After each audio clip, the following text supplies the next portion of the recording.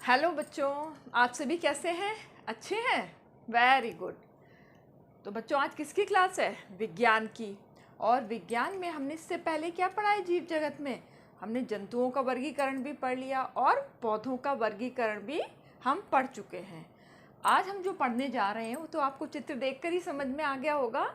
आज है पौधे के विभिन्न भाग और उनके कार्य। तो हम पहले ना एक चित्र इसलिए बनाया कि टाइम ज़्यादा ख़राब नहीं हो। ये किसका है? सरसों का पौधा। आपने जब सरसों का पौधा आपके स्कूल में ज़रूर मैम वगैरह ने ये ज़रूर सरसों का फूल दिखाया होगा। तो और आपने खुद भी आंखों से सरसों का पौधा बहुत देखा है। थोड़ा पार्ट्स पढ़ लेते हैं। आप इसमें ये देखिए, इसमें जो ज़मीन के नीचे का हिस्सा है उसको क्या बोलते हैं? जड़ तंत्र। और जमीन के ऊपर के हिस्से को क्या बोलते हैं? प्ररोह तंत्र। ये कहाँ है? जमीन के ऊपर। ये है जमीन के ऊपर। और ये जड़ तंत्र कहाँ है? जमीन के नीचे। ये पूरा पौधा है ना, इन दो तंत्र में विभाजित है। अब जो नीचे है जमीन के, वो क्या है? जड़। उसमें केवल एक ही है, जड़। जड़ सरसों के पौधे में क्या दिखाया गया है? ये प्राथमिक जड़ है, बड़ी सी जड़।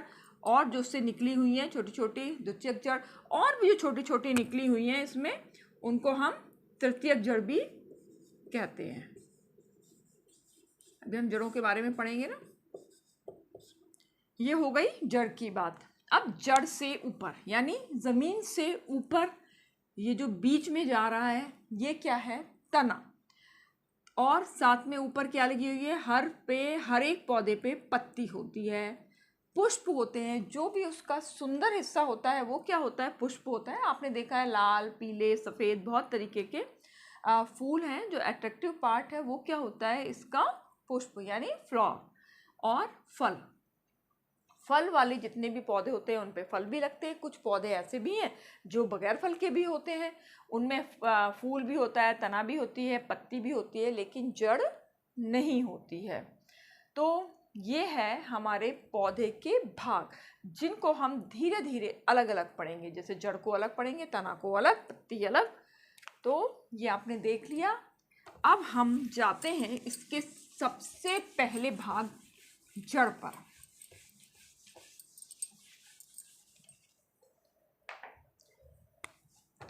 जड़ के भाग। जड़ कितनी तरीके की है? जड़ दो तरीके की है। पहली है मूसला जड़, ठीक है। इसको इंग्लिश में बोलते हैं टैप रूट। चलो, अब दूसरी भी जड़ है, पर मैं सोच रही हूँ मैं अभी मूसला जड़ के बारे में हो रहा है, मैं इसके चित्र के साथ साथ पहले इसी के बारे में आपको बता देती हूँ। ये हो गई जमीन। अब जमीन के नीचे, जैसे अभी हमने बनाया ही था ना सरसों के, उसमें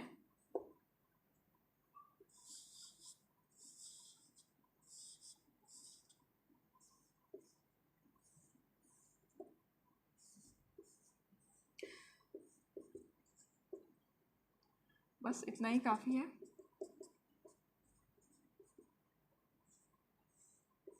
इस पे ये इस तरीके से ये अलग अलग रचनाएं निकल रही हैं। ये वाली जड़ कौन सी होती है? मूसला जड़। मूसला जड़ में आपको क्या दिखाई दिया है? मेन, कि इसमें एक जड़ मेन निकल रही है। कौन सी है? ये एक मोटी सी जड़ निकल रही है। ये कौन सी है? प्राथमिक जड़। अभी सरसों के पौधे में भी दिखाया था ना। इसका मतलब सरसों के पौधे में कौन सी जड़ पाई जाती है? मूसला जड़ पाई जाती है। इसमें जो मूसला जड़ से जो और दूसरी निकल रही हैं, वो वाली जड़ कौन सी कहलाती है? द्वितीयक जड़। और भी इसमें बिल्कुल पतली पतली और भी रोए के जैसी निकलती हैं, वो हो गई तृतीयक जड़। मतलब इसमें मेन क्या है? एक जड़ निकल रही है मोटी सी, है ना, वो हो गई प्राथमिक। फिर उससे छोटी छोटी निकली वो द्वितीयक, और उससे छोटी निकली तृतीयक। पर इसमें जो मेन है वो क्या है? एक बड़ी सी जड़। यानी मूसला जड़ की पहचान क्या होगी कि उसमें एक मेन जड़ मोटी सी निकलेगी कि जो बहुत ही गहराई तक जाती है। अब ये मूसला जड़ किस में पाई जाती है? मूसला जड़ जो है, अगर हम एक वर्ड देखें, ज़्यादातर द्विबीजपत्री पौधों में पाई जाती है। द्विबीजपत्री पौधों, द्विबीज से मतलब समझ रहे हो, जो दो हिस्सों में बढ़ जाए, जैसे चना, अरहर, मटर, सेम आदि। इन सब में क्या पाई जाती है? मूसला जड़, टैप रूट। इसका क्या क्या होता है, मतलब चलो मैं एक चीज़ और बताती हूँ कि आपने जो खुद देखी हुई है ना, आपको एकदम से ध्यान आएगी मूसला जड़ क्या है। ये खाने के काम में मूसला जड़ की कई सारी चीज़ें हैं जो हम खाने की जगह यूज़ करते हैं। जैसे मूली है, गाजर है। आप देखोगे मूली गाजर क्या होता है, ज़मीन के अंदर की तरफ लगती हैं और एकदम मोटी सी होती है, फिर भले उसमें छोटा सा वो निकला रहता है। या शलगम है, चुकंदर है, ये सब किसके उदाहरण हैं? मूसला जड़ के ही उदाहरण हैं। अब इसमें क्या है, क्योंकि ये मोटी सी है, मोटे से क्या होता है, ये ज़मीन के अंदर बहुत ही गहराई तक जाती है। कि कहाँ जाएगी ये? ज़मीन के अंदर काफ़ी गहराई में जाती है। ज़मीन के अंदर, क्योंकि मोटी होने की वजह से इसमें ताकत भी ज़्यादा है, ताकत ज़्यादा है तो वो अंदर गहराई में चली जाती है। ज़मीन के अंदर आगे तक जाके पौधे को कैसे मजबूती से बांधकर रखती है।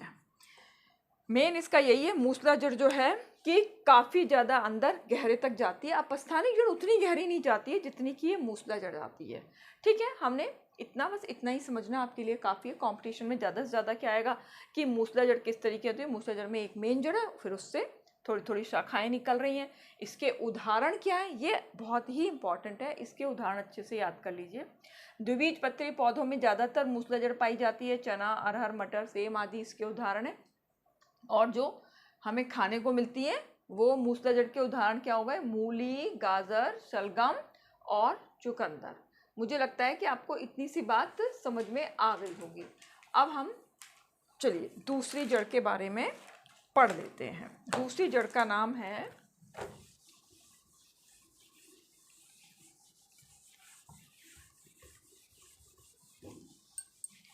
अपस्थानिक जड़। दूसरी है अपस्थानिक जड़, जिसको इंग्लिश में बोलते हैं ADVENTIOUS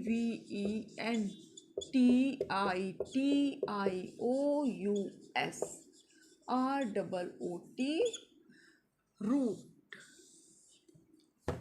एडवेंटेशियस, इसको कैसे पढ़ोगे मैं लिख देती हूँ। एडवेंटेशियस, थोड़ा इसको बोलना मुश्किल होता है, इसलिए ऐसे करके मैंने हिंदी में लिखने की कोशिश करी है जिससे कि आपको समझ में आ जाए। थोड़ा तोड़ तोड़ के पढ़ लीजिए।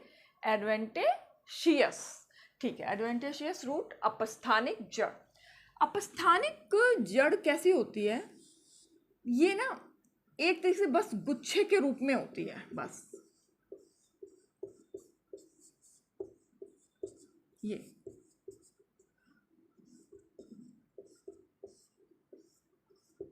ये ऊपर तना है और इसमें क्या है, ये गुच्छों के रूप में ऐसे ये मिलेगी। अभी मैं इसको आपको दिखाऊंगी भी।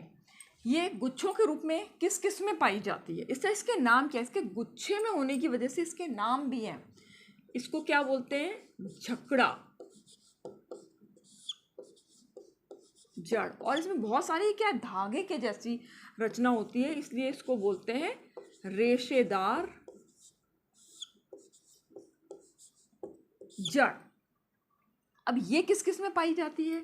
ये पाई जाती है एक बीजपत्री पौधों में। इसमें एक बीजपत्री, पौधों में, जैसे गेहूं है, धान है, मक्का है आदि। आपकी मेन जो हम जड़ पढ़ेंगे वो यही है, मूसला जड़ और अपस्थानिक जड़। मूसला जड़ कैसी होती है? मोटी सी होती है, एक मोटी होती है और बाकी छोटी छोटी उसमें। पर इसमें क्या है, इसमें कोई एक मेन ब्रांच है ही नहीं। जैसे ही तना खत्म हुआ और तने से छोटी छोटी रेशे निकलने शुरू हो गए और ये हो गई अपस्थानिक जड़। अब हम इसका अंतर और देख लेते हैं। जब हमने ये पढ़ लिया है ना, तो अंतर समझ में भी आना चाहिए। अच्छा, ये किस किस में पाई गई है ये भी मैंने लिख दिया है। गेहूं, धान, मक्का आदि एक बीजपत्री पौधों में ये पाई जाती है। अंतर बार बार मैं बोल रही हूँ, मैं इसलिए छोटा सा ही लिखूंगी, बार बार नहीं बोलूंगी कि ये क्या है। इसमें एक मुख्य जड़ होती है। कैसी होती है? मुख्य जड़ होती है। इसमें नहीं होती है, इसमें तो सारे रेशे ही होते हैं। मुख्य जड़ नहीं होती। इसमें आप ये जो है जड़ केवल किससे बनेगी? ये आपको भी मैंने खैर ये मूलांकुर प्रांकुर नहीं बताया है, पर वैसे ये वाली जड़ जो है ये मूलांकुर से बनती है। और इसका एक और भी, जो मूसला जड़ क्या होती है, वो केवल जड़ ही होती है। इसमें क्या होता है, अपस्थानिक जड़ में तना और पत्तियां भी इसका रूप ले लेती हैं। तना और पत्तियां भी जड़ का रूप ले लेती हैं, इसमें ये नहीं ले पाती हैं। मतलब मेन अंतर ना बस इतना ही है, मेरे को लगता है इससे ज़्यादा अंतर आपको बताने की ज़रूरत नहीं है। अब हम इसके कार्य पर आ जाते हैं, क्योंकि ज़्यादा ऐसे ना मैं बताती जाऊँगी ना तो वो सिलेबस जो है ना थोड़ा बड़ी क्लास का हो जाएगा, इसलिए मेरे को यहीं पे अपने आप को रोकना है। अब है कार्य। कार्य क्या है जड़ का? जड़ का काम क्या होता है? जल नीचे जमीन से क्या लेते हैं ये? जल और लवण। और कहाँ पहुँचाते हैं? जल और लवण लेके कहाँ पहुँचाया? तना पर पहुँचाया। और तना ने कहाँ पहुँचाया? पत्तियों पर पहुँचाया। और पत्तियों में क्या हुआ? प्रकाश संश्लेषण हुआ और पत्तियों ने खाना बना दिया। तो जल और लवण सबसे पहले किसके पास आता है? जड़ के पास में ही आता है, वो ही पहुंचाता है ये सब चीज। और दूसरा काम क्या है? आपने भूमि अपर्दन। भूमि अपर्दन क्या है कि जड़ें जो हैं पूरा फैली रहती हैं मिट्टी में। तो वो जब वो मिट्टी में फैले रहने की वजह से क्या करते हैं? मिट्टी को बांध के रखती हैं। यानी इनकी वजह से क्या होता है? भूमि अपर्दन। तभी तो बोलते हैं कि पौधा लगाओ, वृक्ष लगाओ, उससे भूमि अपर्दन रुकेगा। भूमि अपर्दन को रोकती हैं। अच्छा, मैं एक बार अपर्दन भी थोड़ा सा बता देती हूँ, वैसे मैं उम्मीद करती हूँ आपको पता होगा, पर फिर भी जब तेज हवा, आंधी, तूफान, बारिश कुछ भी आता है तो हमारी ऊपर की उपजाऊ मिट्टी उड़ जाती है। लेकिन अगर हम पौधे बहुत लगाएंगे तो उनकी जो जड़ें हैं वो उसको मिट्टी को बांध कर रखेंगी। अच्छा, इसको ना मैंने कुछ इस तरीके से समझाने की कोशिश करी है। देखिए, ये ना स्प्राउट्स हैं, आपके घर में आपकी मम्मियाँ भी करती होंगी ना। ये क्या है? थोड़ा थोड़ा सा ये निकले हुए हैं। ये मैंने कटोरी में सादा लिया हुआ है। लेकिन ये मैंने कॉटन, देखिए ये देख रहे हो, कॉटन में ये फंस गए हैं। इसी तरीके से ये, जबकि जिस मैंने बैग में ये बनाए थे ना उसमें तो ये बहुत अच्छे से चिपक गए थे। बस वो तो मैंने धीरे धीरे इनको हटाया है, तब ये इसमें रखा है कॉटन में, तो थोड़ा कम, उसमें तो बहुत ही ज़्यादा चिपक गए थे। तो समझ लो जड़ें भी ऐसे ही मिट्टी से चिपक जाती हैं और उनको कहीं भी उड़ने नहीं देती हैं और स्थिर तो रखते ही हैं। ये तो आपको पता ही है कि जड़ों का मेन काम क्या होता है कि इसकी वजह से जो पौधा है मजबूती से खड़ा रहता है। कहाँ स्थिर रखती है? भूमि में स्थिर रखती है।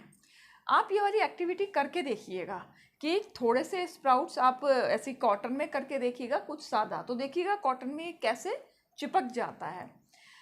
और आप एक और एक्टिविटी कर सकते हैं कि एक पौधा लिया और आपने 2 जार लिए, ठीक है। एक में उसकी जो जड़ है उसको काट दिया, एक पौधा लगाया, वो क्या लगाया? बगैर जड़ का, ठीक है। एक पौधा लगाओ बगैर जड़ का और एक पौधा लगाओ जड़ सहित। ये आप करके देखिएगा। मैं भी इसको, अगर मैं वीडियो बना पाई ना तो मैं आपको ज़रूर दिखाऊंगी इसका, कि एक पौधे में जड़ सहित, एक में क्या करो, पहले निकालो, फिर उसकी जड़ काट दो और फिर वापस उसको प्लांट में, किसी भी गमले वमले में पानी के साथ में, मिट्टी के साथ में लगा दो। अब आप कुछ दिनों बाद देखना क्या होगा। जिसमें जड़ है वो तो पौधा बन जाएगा और जिसमें जड़ नहीं है वो पौधा विकसित नहीं होगा। तो ये जो 2 एक्टिविटी है ना, ये आप लोग करके ज़रूर देखिएगा, तो आपको अच्छे से जो जड़ के कार्य है ना वो और भी ज़्यादा समझ में आ जाएंगे।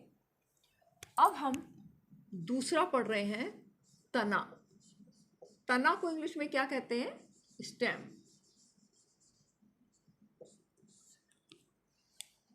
तना किसका हिस्सा है? प्ररोह तंत्र का। देखा था ना आपने, प्ररोह तंत्र का था ये। तना क्या होता है? शुरू में मुलायम सा होता है। स्टार्टिंग कैसी होती है? पौधे को बड़ा होते हैं तो देखा है ना, बहुत से पौधे हमारे आसपास बड़े होते हैं, तो ये पहले मुलायम होता है और जैसे जैसे ये बड़ा होता चला जाता है थोड़ा थोड़ा ये कठोर होता चला जाता है। अच्छा, मैं आपको एक गन्ने का मैंने ये बना के मैं ये तुम्हें दिखा रही हूँ। ये गन्ने में कैसे होता है आपने देखा है ना, ऐसे ऐसे गांठें सी होती है ना, और ये यहाँ पे ये इसकी ये पत्ती हो गई, और भी पत्तियाँ हैं, और भी यहाँ पे ये मैंने ये क्या बना दी, इसकी पत्तियाँ। अब मेन बात क्या है, ये जो आपको दिख रहा है ना, ये क्या है? पर्व संधियाँ। गांठें सी है ना, आपने देखा ही होगा, गन्ना तो सारे बच्चों ने खाया है ना। पर्व संधियाँ क्या होती है? ये गांठ जैसा होता है ये। और 2 ये भी पर्व संधि है, ये भी। इन 2 पर्व संधियों के हिस्से को बोलते हैं पर्व। ये है इसका कुछ इसके उदाहरण है जिनमें हमें ये चीज़ बहुत, अरे मैं आपको ना कुछ दिखाने वाली थी, वो मैं भूल गई, वो तो दिखा दूँ मैं, कि हम जो जड़ों की बात कर रहे थे ना, ये है दूब घास। दूब घास की आप जड़ों को ध्यान से देखो, क्या है ये? बिल्कुल रेशा रेशा सा दिख रहा है ना, तो ये कौन सी है? अपस्थानिक जड़, जिसको रेशेदार जड़ भी बोलते हैं। आप लोग खुद, ये तो थोड़ी रखी हुई हो गई है, आप खुद भी देखना। ये भी, ये देखिए, आपको ये देखने को मिलेगा।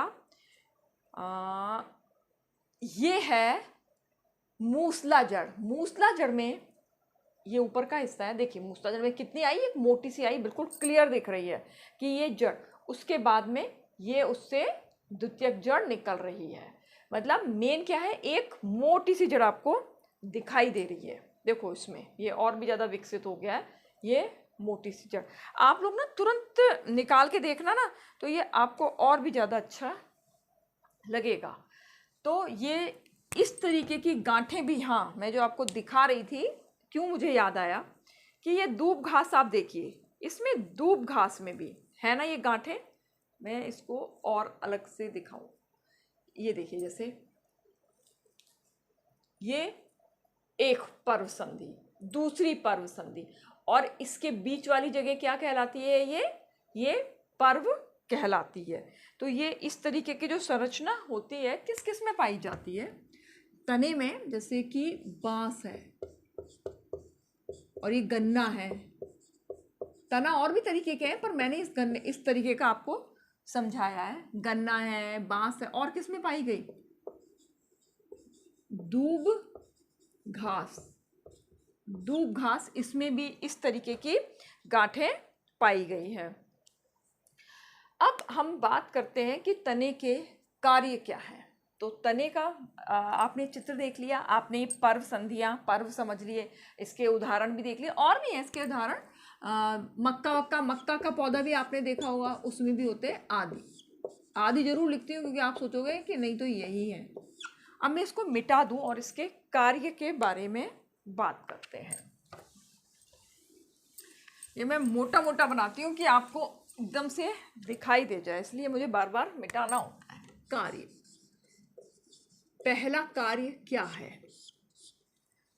एकदम उसको क्या देता है? स्टेबिलिटी देता है ना, क्योंकि उसी की वजह से ये पूरा ऊपर तक का पौधा दिखता है। ये क्या करता है? पौधे को मजबूती देता है। पहला क्या है? पौधे को, छोटा छोटा ही लिखूंगी, मेन बात आपको समझ में आ जाए। तना क्या करता है? पौधे को मजबूती।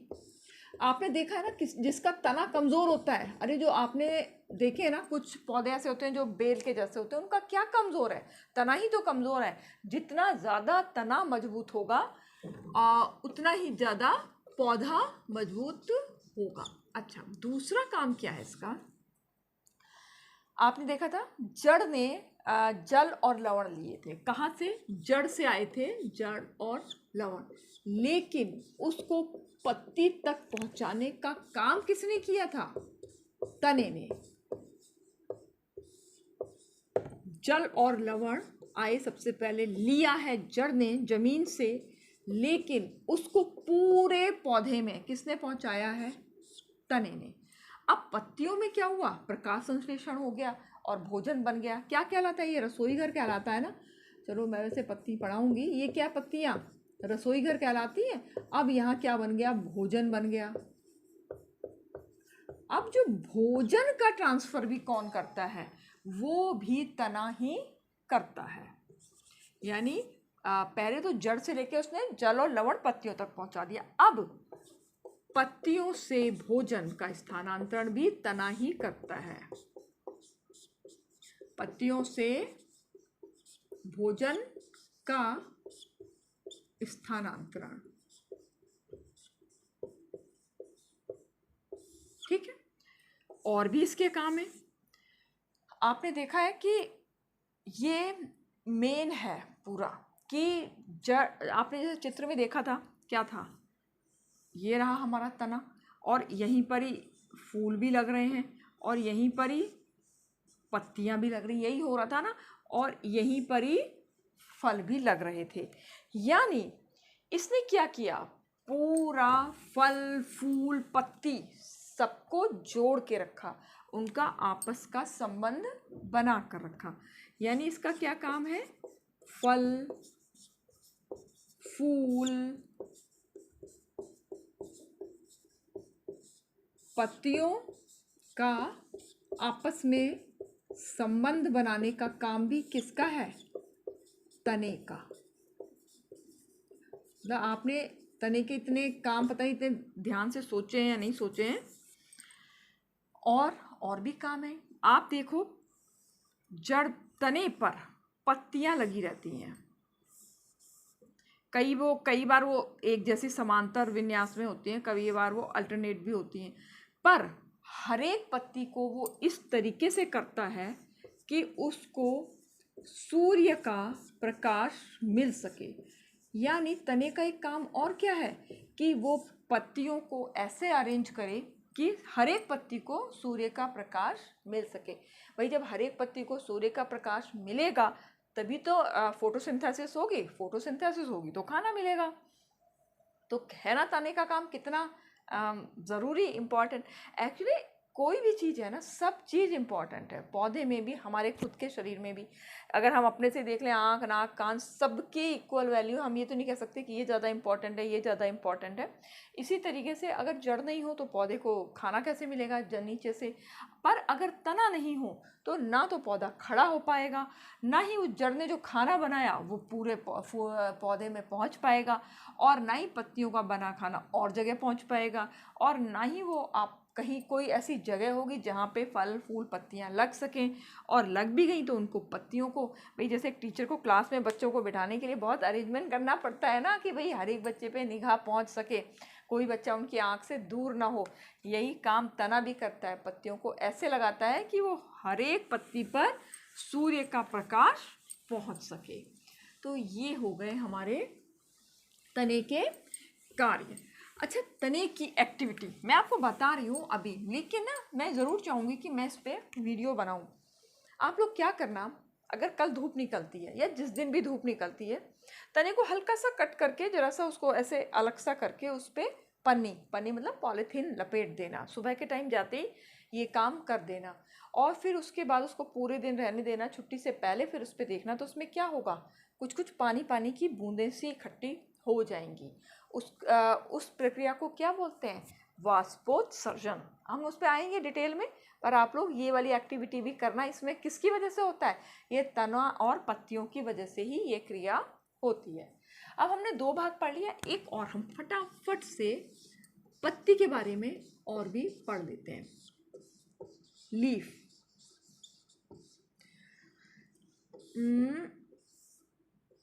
ये देखिए,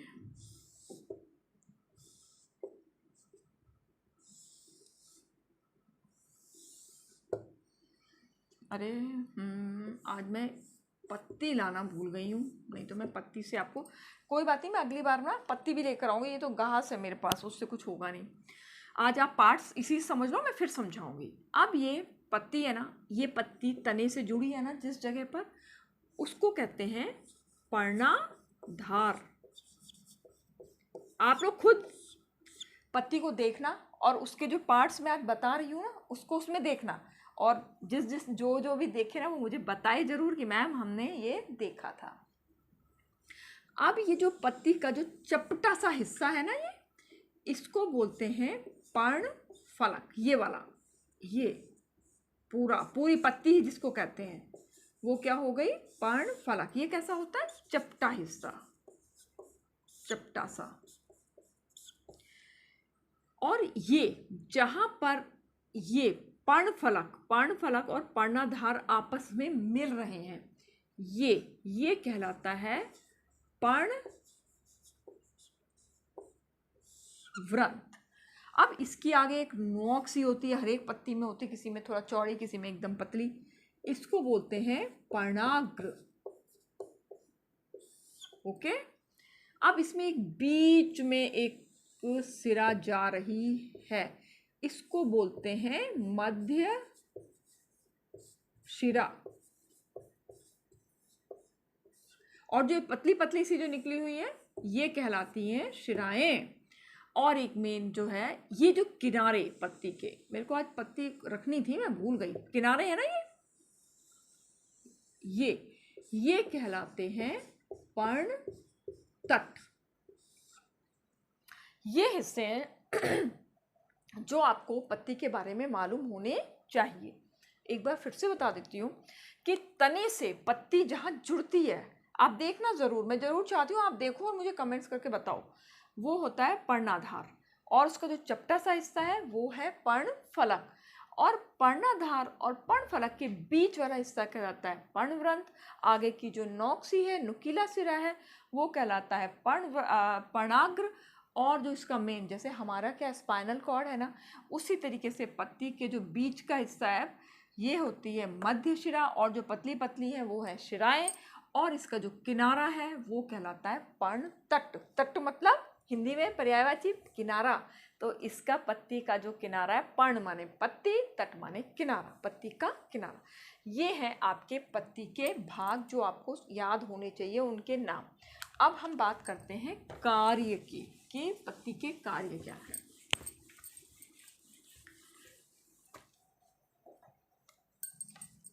पत्ती के कार्य, अब आपको कुछ कार्य तो जरूर ही पता है, क्या अभी जो बताया ही था। ये क्या है, रसोई घर। पत्ती क्या है, रसोई घर है। तो पहला काम इसका क्या है, भोजन बनाना। अभी हम फोटोसिंथेसिस पे ज़्यादा नहीं जाएंगे, समझाऊंगी, वैसे मैं उसको कहोगे तो भी समझा दूंगी, पर भोजन बनाना मतलब किसके द्वारा? प्रकाश संश्लेषण द्वारा।